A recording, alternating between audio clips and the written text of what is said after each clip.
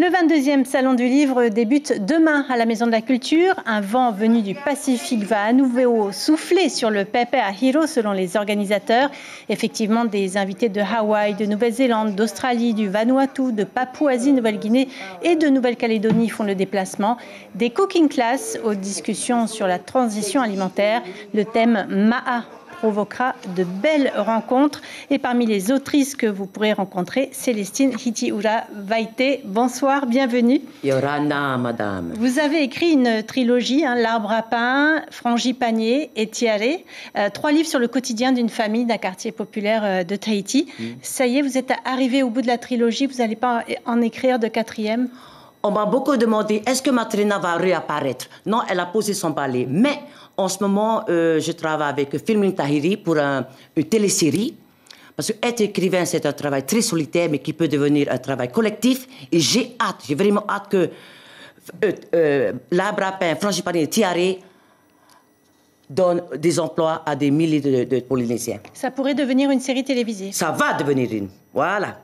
Vous avez écrit ces livres en anglais, ils ont été édités dans 17 pays, ils sont étudiés dans les grandes universités océaniennes. Vous vous attendiez à ce succès? Non. Quand on écrit, c'est une voix qui vient dans la tête. C'est une passion, une obsession, parce que comme je disais, être écrivain, c'est solitaire, il n'y a pas beaucoup de vie sociale. Nous sommes en mission. Je ne m'attendais à rien du tout. Mais ce que j'ai fait, j'ai écrit sur ce que je sais. Je suis de Fa'a, j'ai écrit sur de Fa'a. Jamais je n'écrirai sur Papara, je ne suis pas de Papara. Qu'est-ce que vous vouliez décrire absolument? Qu'est-ce que je voulais, pardon? Qu'est-ce que vous vouliez décrire? Décrire dans les livres?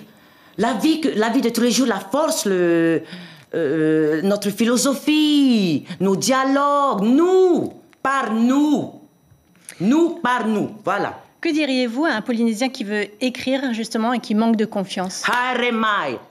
D'habitude, quand je reviens à Tahiti, je vais taper, je repars. Mais là, je recherche, je vous recherche, Haremai. Qu'est un pays sans écrivain?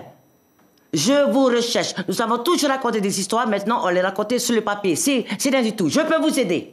Que dites-vous à ceux qui disent que l'oralité fait partie de la tradition océanienne et non pas l'écriture? C'est bien l'oralité, c'est bien. Moi j'ai grandi avec les histoires, des fois les histoires changent, mais l'oralité c'est bien. Je ne suis pas en train de dire ah bah l'oralité, vive l'écriture, tous les deux ensemble. L'oralité et l'écriture. Aujourd'hui, vous écrivez un autre livre, en français cette fois, mais vous vous êtes aussi intéressé au tahitien avec une étude du premier dictionnaire tahitien-anglais de John Davis. Est-ce que vous écrirez en tahitien un jour? Oh, je viens de voir Madame Richaud, je l'adore.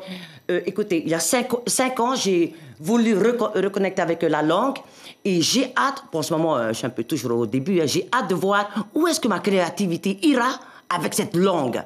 Où ira-t-elle? J'ai hâte de voir. Vous vous donnez ce droit? Pardon? Vous vous l'autorisez?